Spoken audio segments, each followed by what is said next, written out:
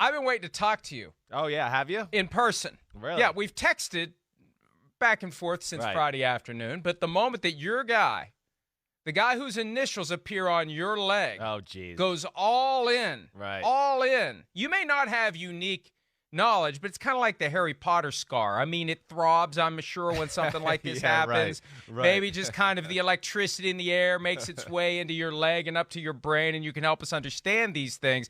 But the all-in move, I mean, when you least expect it, good Lord, the 49ers jumping from 12 to 3 to get, presumably, not Caleb Farley, not the tackle from Oregon, not anybody but a quarterback, moving all that way up. And what they will eventually do, folks, and I can't believe there's a debate over this, eventually they will use 3 first-round picks and a third-round pick to get a quarterback. At a time when we've been hearing 3 first-round picks is the starting price for Russell Wilson and Deshaun Watson before 2 weeks ago, 3 first-round picks and a third-round pick will be devoted to a quarterback. That is amazing to me that the 49ers have someone or multiple someones they love enough, Chris, to make that kind of a jump. I mean, big-time move. That's all I could say. I was shocked, when it came to Friday morning. I was just like, whoa. I mean, that's you don't expect that kind of move that far out in the draft, I guess, is what I was a little surprised by, right? I think that's the first thing. Went, oh, man, we're 5 weeks away still. Wow, okay, we're making these kind of moves right now. And then, you sit there and you think about the 49ers. Yeah, of course, Kyle Shanahan's my friend. It doesn't mean I know every little thing that goes on in his organization, nor does he tell me, nor does he want to tell me. That implies you know a lot of things. Because you don't know every little thing. Well, I don't. You said Friday morning. When you said Friday morning, I thought, hey, this guy had a heads up because it didn't break until Friday afternoon, so you knew what was going on. That's what it tells me. Well, no, I will say this. I know Friday morning I started to hear from a few people in the NFL that it was going down. I did late Friday morning. Right, thanks for so I telling had me. wind. Right, Thanks for telling your partner. Okay, I gotta chase the story. Well, I had wind that there was a big trade going to go down. That's really what I had heard, and I was going to the DMV anyways. So either way, you're not getting a text in that situation. But I mean, I think the big thing is with Shanahan more than anything, taking fate into his own hand, destiny into his own hands. That's the first thing. I think that's the first thing of where you got to start there. He's at number 12. Yes, I would think he's moving up to number 3 to get a quarterback. There's no doubt. You don't move up to number 3 unless you're trying to get a quarterback. 12, we talked about it a lot. You talk about that area of the draft in the first round, it's iffy. That's iffy territory, whether you're going to get the quarterback you like in that situation. There's so many ifs, ands, and buts, and candies and nuts as far as who might draft a quarterback in front of you, who possibly could trade up in front of you to then snag a quarterback they like. So I think Shanahan, being aggressive in that he is, or in the way that he is, he said, the hell with that. I'm going to move up and take fate into my own hands, and now I know I'm going to get one of the quarterbacks that I like or see fit in my offense. How much of this do you think is an attempt to rectify the mistake that was made 4 years ago when he was so locked on to the presumed likelihood in his mind he was going to sign Kirk Cousins in 2018 as a free agent? He didn't evaluate the quarterbacks in the draft class that year, whiffed on Patrick Mahomes, whiffed on Deshaun Watson, went with a defensive lineman at number 3. Right. Do you think, and that's part of the irony here, again, I never know if the word's being used properly, but he had number 3 in 2017 after trading down a spot with the Bears. Now he moves up to number 3, clearly intent on taking a quarterback. Do you think he's trying to make up for the mistake that was made in 2017? Well, I think that he's probably had enough and just going to go, wait, I'm going to get the guy I want in here. And that's the bottom line, right? I mean, yes, I knew all those things at the time. I think there was a real thinking of, hey, I'm going to get Kirk Cousins at some point, in this first year, 2 years, whatever I'm in, whenever that happens in San Francisco, then there's a history, of, those type of quarterbacks and everything like that as far as that fit the system. And I think that's why a lot of people think it's Mac Jones as far as who the 49ers got their eye on at number 3. But yes, who Mike, do you think it is? Well, I think it's Mac Jones. I do. I don't know that, but just knowing my friend, knowing his history, knowing his school of thought to make that type of move, that's the one that makes sense to me. And I think it's the one. Why? Well, I think it makes sense to him, one, because I think after Trevor Lawrence and Zach Wilson, and, I think those are the top two guys in the draft, Zach Wilson being number one, he's the most NFL ready right now. And I would say really Zach Wilson and Mac Jones to me are more NFL ready as far as reading NFL defenses and being able to do, NFL offense type of stuff. Trevor Lawrence was in a little bit more of a college-y offense. I'm not trying to disrespect him by that. But I think within that, Mac Jones is NFL ready right now. And I think that's the kind of guy you trade up to number 3 to get. You don't trade up to a Trey Lance of he's got great talent, but we're not sure. It's a little bit of a gamble. There's some things that we got to help him out with and grow his technique and figure those type of things out. And I think that goes with Justin Fields too, that it's a little bit more of a project. So I don't think you trade up to a number 3 pick for that kind of guy. I think you trade up for a number 3 pick where you go, no, I kind of think this guy, if I had to, could start and play this year, ready to go week 1. And that, to me, smells Mac Jones because I expect Zach Wilson and Trevor Lawrence to be gone, of course. And let's make sure we are clear on this because, again, I'm astounded by the fact that it's even a debate. It shouldn't be. This falls into what color is the sky type of territory in my mind. Every time you use a first-round pick, you are trading that pick for the player you select because you could have done other things with that first-round pick. Specifically, you could have, like the Steelers did in 2019, trade your 2020 first-round pick for what? Minkah Fitzpatrick. Right. So that pick is an asset that eventually is exchanged. You exchange your first-round pick for a player. Every first-round pick that's used is traded for a player. So when you give up the 12th overall pick and 2 future first-round picks and a third-round pick to move to number 3 and eventually exercise that pick for a player, you necessarily have traded 3 first-round picks and a third-round pick for one player. You better love that player before you give up that much for that player. Would that have been enough to get Deshaun Watson pre-lawsuits? 3 1s and a 3? I don't know. But we were talking about 3 1s as a starting point for Watson, 3 1s as a starting point for Russell Wilson, 3 1s and a 3 to get an unproven player who may never become anything in the NFL. Yeah. I posted last night all first-round quarterbacks since the dawn of the Super Bowl era, and it's amazing when you look at the names there. There are so many of, I forgot about that guy. Oh, my God, that guy stunk. Oh, this guy was never any good. Right. There are so many guys. It's a roll of the dice. To love a guy enough to give up 3 1s and a 2, that leads to the point you made. This isn't somebody who's a project. This isn't Jordan Love. I don't think so. Who's going to sit and develop and sit. Right. Especially when there's likely going to be no offseason program this year, at least not on field. This is a guy who's game ready, which leads to the other point, Chris. Yeah. What happens to Jimmy Garoppolo now? That's a big question, and I don't know that answer. I mean, listen, it can go 2 ways. I understand, the 49ers, John Lynch, he came out and, still was somewhat supportive of Jimmy Garoppolo and that he still can be our starter and made those type of comments. I don't think that's crazy. I don't. Not if you made me bet, I would say that's not going to happen. But, either way, you could be sitting there going, yes, all right, hey, well, whoever it is at 3, Mac Jones, whoever we get at quarterback, we'd like him to sit 1 year maybe behind a guy that we know can take our team to the Super Bowl and do some special things when he's healthy. But I'm not going to lie, I just don't see that happening. I don't see that happening. I mean, we got time before the draft here. We still got too many teams that got some quarterback questions. Who's going to be the guy? We know there's some teams out there that have some needs for the position. I just have a hard time believing I think, as you do with what I read in some of your articles on Pro Football Talk, that the 49ers will keep him. I think when it all comes down to it, that, yeah, there'll be a trade market, and they will try to deal with him. And I think that if it is Mac Jones, what I expect it to be, he'll be the guy because of, boom, what we just talked about. He's game ready. He's NFL ready right now, and he's a really, really good fit for the Shanahan offensive scheme and how he wants to run his team. Shefty had the scoop on Friday afternoon, and then he immediately began to sell the idea that the 49ers are keeping Jimmy Garoppolo for 2021. Right. Is that the price for having the scoop? Wouldn't be the first time something like that's happened, and we peel back the curtain all the time to let folks know how the sausage gets made. My reaction to it was Percy Harvin, 2013. We have no intent to trade Percy Harvin.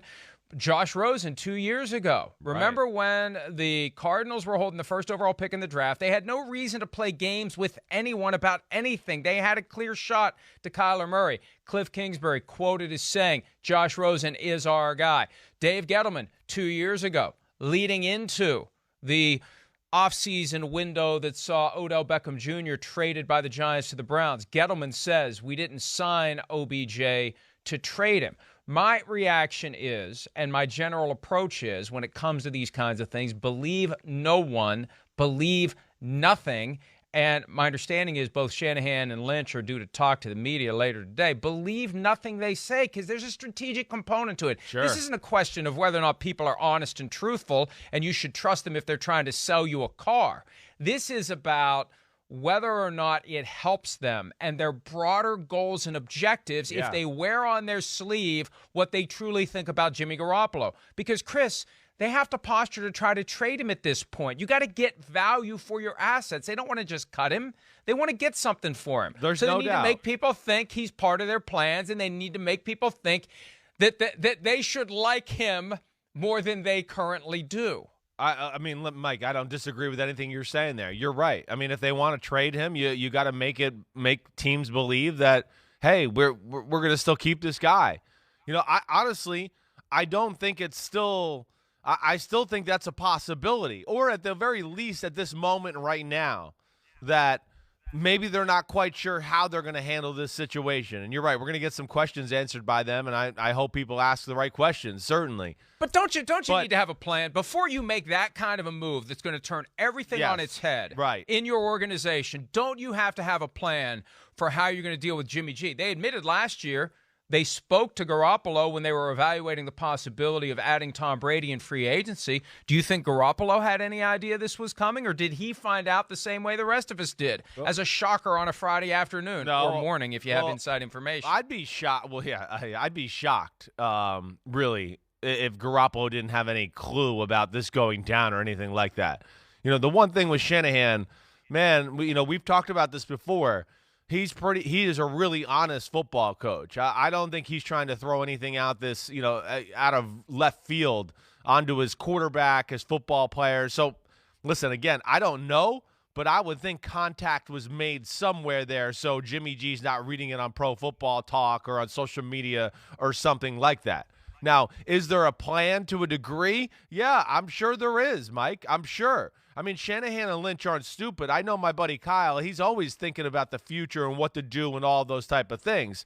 But, having a plan and being able to execute it exactly the way you want, I don't know how that goes. In my heart of hearts, like I've told you, just because I know him, I've been friends with him, I think we have some of the same football logic, right? Yes, I would think that this means that they're going to be shopping Jimmy Garoppolo.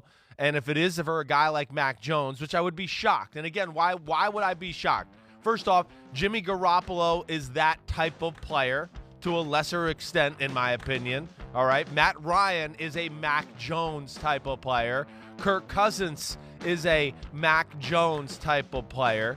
Matt Schaub is a Mac Jones type of player. Now, I want to say this. Mac Jones is more He throws a lot of pick sixes? Well, no. I didn't know Mac Jones threw all those pick sixes. Yeah, well. You had me until you said Matt Schaub. Well, Matt Schaub, the one thing I'm just letting you know about the kind of quarterback Shanahan likes. And Schaub, you could say what you want.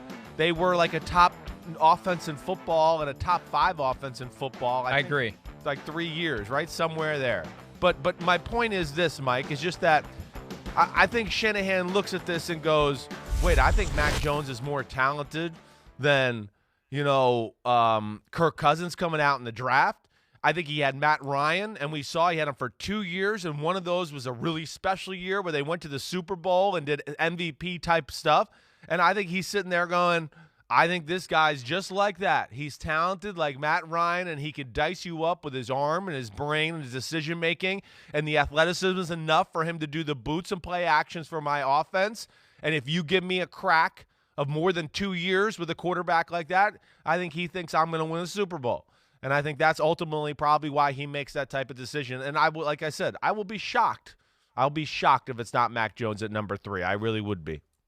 And one of the things we've talked about in recent weeks as it relates to Mac Jones, he doesn't really look the part. Right. Well, think about the names you just rattled off. Yeah, Does right. Matt Ryan look the part? Does Matt Schaub look the part? Does Kirk Cousins look the part? I mean, they don't have that same kind of very unique, thick midsection like Mac Jones has, and they don't look as ungainly and old school Bobby Lane, Joe Cappish in their uniforms. Right. But Shanahan's going to look past that. He's not going to get caught up in that. No. He's going to look at what the guy can do in his offense. And, Chris, this gets back to what I was saying earlier. If you think enough about the guy to give up 3 1s and a 3 to get him, right, are you going to park him on the sideline for a year? Mike, I'm with you, man. I'm with you. I don't either. I'm just saying I don't know the answer to that. I don't know. But I would expect, like we're talking about, that, there's teams out there where we've heard in the quarterback conversation. Yeah, I would think that Jimmy Garoppolo, who knows? Does New England revisit the situation with Jimmy Garoppolo? The Carolina Panthers and the Deshaun Watson issue. We know that they like Deshaun Watson. I don't know. Jimmy Garoppolo is available now. Would you want him there? I don't know. The Denver Broncos, they're a team right now. We've heard comments about, they might bring in another quarterback. Is Jimmy Garoppolo the type of guy they'd bring in to compete with Drew Lock? So there is going to be options out there, I think, to make a move here or at least shop him to some teams that have some real needs at the position. Coincidentally, we have a draft coming up later in the program of the most likely destinations for Jimmy Garoppolo in 2021. Whoa. And you said something earlier that I made a note of. Yeah, okay. When you were explaining why Kyle Shanahan moved up to number 3, you said he's probably had enough. Right. Well, if you've had enough, that's why I can't reconcile moving up to 3 for a guy that you clearly love and then saying, I'm sticking with my other guy for 1 more year because I've got a Super Bowl-ready team. If that's how you feel, then you don't give up 3 1s and a 3 to go get one guy now. Yeah, I hear you. If you feel like you can get it done with who you have, you don't do this. I mean, this is the way the human brain works. Kyle Shanahan went to the lab, and I suspect he said, okay, Trevor Lawrence, he's not going to be there. I'm not wasting my time. Zach Wilson, maybe he'll be there. I'm going to do the full dive on him. And then Mac Jones, Justin Fields, Trey Lance, Yep. Kellen Mond. I'll look at all these other guys, and I'll see how I feel. And, we've focused on Mac Jones, and you're convinced it's going to be him. Do you see a set of facts where it is Lance or Fields at number 3, that those are the guys that Kyle's fallen in love with? Does it scare me a little bit? Yeah, because Fields and Lance have some big-time talent traits. They have some elite ability. There's no doubt about it. I think there's a lot of work there that needs to be done for both football players, as you've heard me talk about. But when I think of those 2 guys and I think of Shanahan, I do go, wait, well, is he thinking about doing some new age quarterback Baltimore Ravens run offense with one of those 2 guys who are special runners and going to do that, for the first year or 2 of their careers as he molds them into drop back quarterbacks? Like, has that thought crossed my mind? Absolutely. And I'm like, man, maybe that's what he's going to do. But I just have nothing in my history or knowledge of my friend or anything that I've seen him as far as coaching offenses, talking about quarterbacks, to make me think it's going to go that way. I know RG3 was there, right, with Washington, but as you and I both know too, that trade didn't really go down because of the Shanahan family. That went down because of Daniel Snyder. He made that move happen. That was kind of forced onto the Shanahan family, and then they made that happen there as far as Mike and Kyle. I would think, again, in that same draft with RG3, they drafted a Kirk Cousins. I would think that's the type of guy he wants. Shanahan's the type of quarterback or coach who coaches his quarterback to where he's going to go, wait, I've set up this perfect play. Just listen to me here. And you read this guy. Just read this one guy, and I promise you, either A or B will be open. And if you just put your eyes on him with this formation I've concocted, I know what defense they're going to be in, and now this guy has to make a decision. I've put him in a bind. If you can just be a quarterback that can be smart, listen to him, and now make the appropriate throw, he feels like he can just dice you up all day long with his brain and his creativity. And now I got a quarterback who can take advantage of all that, he is putting out there, the information-wise and the plays that are there to be had. And that's where I just sit back and go, I think that's Mac Jones. Mac Jones he's the best I've seen since I've been in this business as far as reading defenses, pulling the trigger of the football without even thinking and making the appropriate throw. It's him and Joe Burrow been the two best I've seen, and that's why I just keep coming back to that, Mike. Sorry for the long talk. I'm glad you mentioned – no, that's fine. I'm glad you mentioned the RG3 trade. Yeah. That occurred to me in the immediate aftermath of this, that this is Kyle's RG3, that the RG3 thing wasn't a Shanahan move, it was a Snyder move, but it was 3 1s and a 2 for RG3. This is 3 1s and a 3 for whoever it may be, and there's a beauty to that. There's a poetry to that. 9 years later, that Shanahan is making the move that he and his dad would have likely preferred Daniel Snyder didn't make, to go up and get RG3. As you've said before, they were talking to Peyton Manning when it came across the crawl on TV, or they got the text message or whatever, that they were trading up presumably to get RG3. Unless the Colts had wanted RG3, then they would have had Andrew Luck. But this is a bold move. It's a big move. It's a significant move. And I can't reconcile going all in with keeping Jimmy Garoppolo, especially at $25 million. Yeah, See, I think what's going to happen is eventually they're going to squeeze him to take less. And that request may come at a time when it's too late for him to get more elsewhere as a free agent, or when it's too late for him to go elsewhere and become properly ensconced in a new offense. You do it in August, mid-August, late August, and you say, hey, this $25 million isn't going to work. We like what we have in this guy. He's checked all the boxes so far. We want to pay you 15. We want to pay you 12. We want to pay you something dramatically less than 25. See, if I'm Garoppolo, and I wrote about this right before the show, I hadn't thought about it from his angle. What's he thinking? How's he reacting to this? If I'm Garoppolo, I'm telling Don Yee, my agent, to find out right freaking now, when are they going to come to me and say, we want you to take less? Are you paying me 25, or are you not going to pay me 25? And if he asks, are you going to seek a pay cut? Any answer other than no means, yeah, eventually we're going to. I'd want to bring that to a head right now, because I want to know if I'm going to be looking for a job elsewhere, and at what cost that's going to be to the $25 million I was supposed to make this year. Yeah, that's. I hear you. There's definitely some interesting points you bring up there. If I'm Jimmy Garoppolo, you just put yourself in his shoes. Yeah, at this point, of course, Mike, I go back to what you say. I think you're correct. I just have a hard time thinking, yeah, we've traded up to number 3, that it won't be that guy who will, be the starting quarterback for the 49ers with Jimmy Garoppolo. If I'm Jimmy Garoppolo, I'm telling Don Yee, start calling some teams quietly, and let's just, start working some back channel stuff to see if there are teams that are interested in me or anything like that. But I think at some point they're going to have a real conversation with the 49ers, because I would think Shanahan and Lynch at this point have told Jimmy Garoppolo, hey, we've moved to number 3.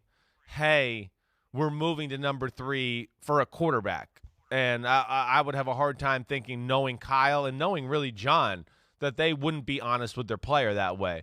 And that's where it'll be interesting, Mike. And I'm with you. I have a hard time thinking it won't be, whoever they drafted 3. I'm expecting Mac Jones to be the starting quarterback.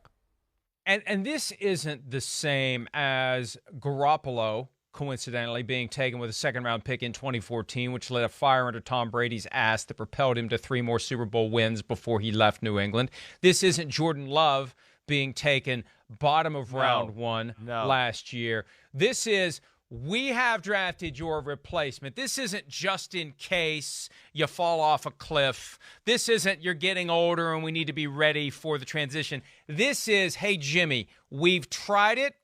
We paid you a lot of money. Right. We tried it. You're not the guy long term. I mean, that's the thing. Lost in all of this talk about whether or not he gets one more year. At very best, he's Alex Smith in 2017. That's right. Exactly right. The question is it in his best interest to take whatever he can get to reestablish himself this year and then leave on a high note and become a free agent next year when they inevitably cut him? Because, that's scary, though, Mike. That's scary. To me, that's scary if I'm the 49ers, too, because the 49ers are a good football team. And if Jimmy G stays healthy, right, and they go 13-3 or 4, you know what I mean? To me, that's right. What's scary, right? So if I'm advising my buddy Kyle Shanahan or John Lynch, I'm going, now you need to – you got a good team. You start him and let him play. You might never be able to not, take him out. Or then you're going to have an issue the next year when you try to make, whoever that quarterback is your starter. They're all going to go, what? We went to the NFC Championship game with Jimmy Garoppolo. We're going to have that whole issue. So that's really, part of this conversation as well. Yeah, I mean, nothing good comes from saying, hey, we're going to flip a coin and hope this is a year he stays healthy. If he stays healthy, he's good enough to take us to a Super Bowl. So then what do you have? You have a mess. Yes, a mess. And, yeah, if you win the Super Bowl, hey, that's great. We won the Super Bowl. But moving forward, what do you do at that point? And regardless of the fact that he's missed 23 games over the past 3 years, I go back to the game we were at. I know you do. Divisional round. I hear you. Kyle freaked out and went run for the balance of the game against the Vikings and then stayed in Bob Greasy mode with Jimmy G. Run. 8 passes in the – are you kidding me? 8 passes in the NFC Championship game. And then, all right, then the Super Bowl, it was more of a normal quarterback performance. Normal quarterback. He had a chance to win it. Mr. Emmanuel Sanders. Many times. So right. I just think – And hey, you know what? I could be wrong. Wouldn't be the first time. I can't imagine giving up what they're giving up to get their next quarterback and then saying we're keeping him in the closet for a year while we take one more run with Jimmy G. I can't reconcile it. And this is different from Patrick Mahomes and Alex Smith. First of all, it was the 10th pick, not the 3rd pick. Yeah. And it happened when the 10th pick was on the clock. This is a move that's occurring 5 weeks before the draft, sending a clear message to the world. We have a guy we love, and we're going all in now to get him. We're not screwing around.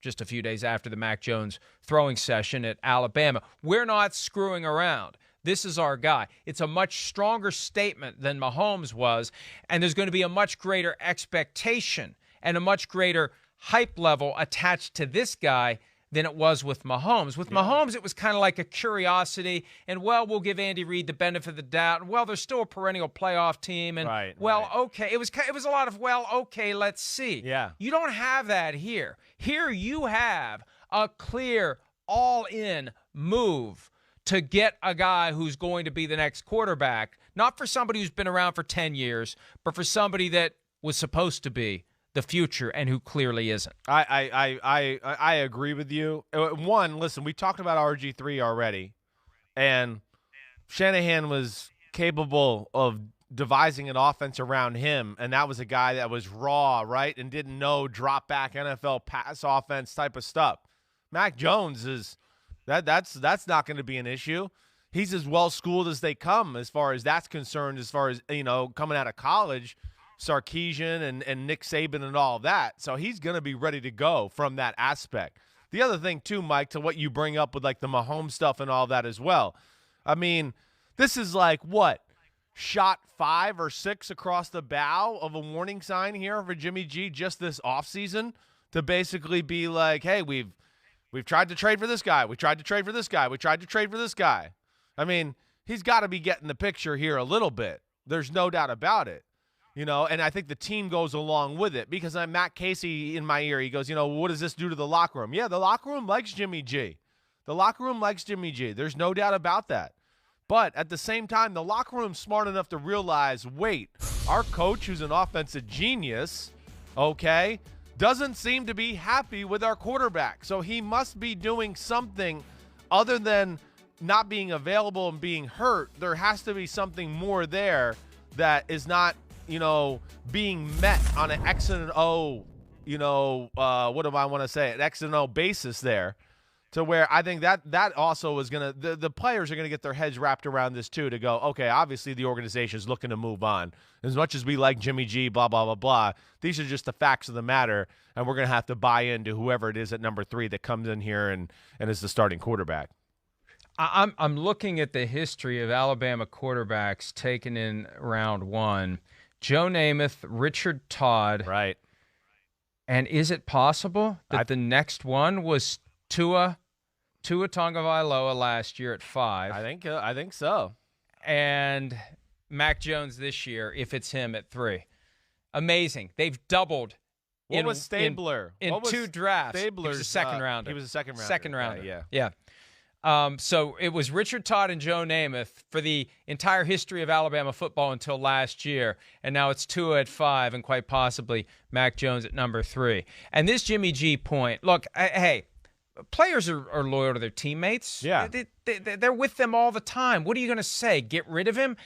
You just deal with it. The circumstances change, and you adjust and you adapt. And any professional football player knows that's going to happen across the board on the roster. It's just a question of when you're the one who was there and now all of a sudden is gone. But you think George Kittle is going to demand a trade because they move on from Jimmy Garoppolo? No, Absolutely he'll show not. up wearing a T-shirt with Mac Jones' picture on it after a month or 2. That's just the way it goes. Yeah, no, you're right. Exactly right. And, usually a quarterback has a good way of being a leader of the team no matter what the situation is, and kind of just, letting his presence be felt and wear off on the team in some sort of fashion or way, either way. But you're exactly right. The team will move on, and then they're going to, whoever it is at quarterback, they're going to see him come in and see what he's all about, and they'll buy in from there. So we'll see where it goes. But, man, big-time move by Shanahan, the 49ers, and I'm excited to see how it all plays out here over the next month or so. A stunning move that underscores the reality that you never know when the next big story is going to happen in the NFL. You always have to have on your radar screen the possibility that something will occur that will stun you. Hi, I'm Mike Tirico, and thanks for watching. Make sure to hit subscribe for the latest news and highlights from NBC Sports.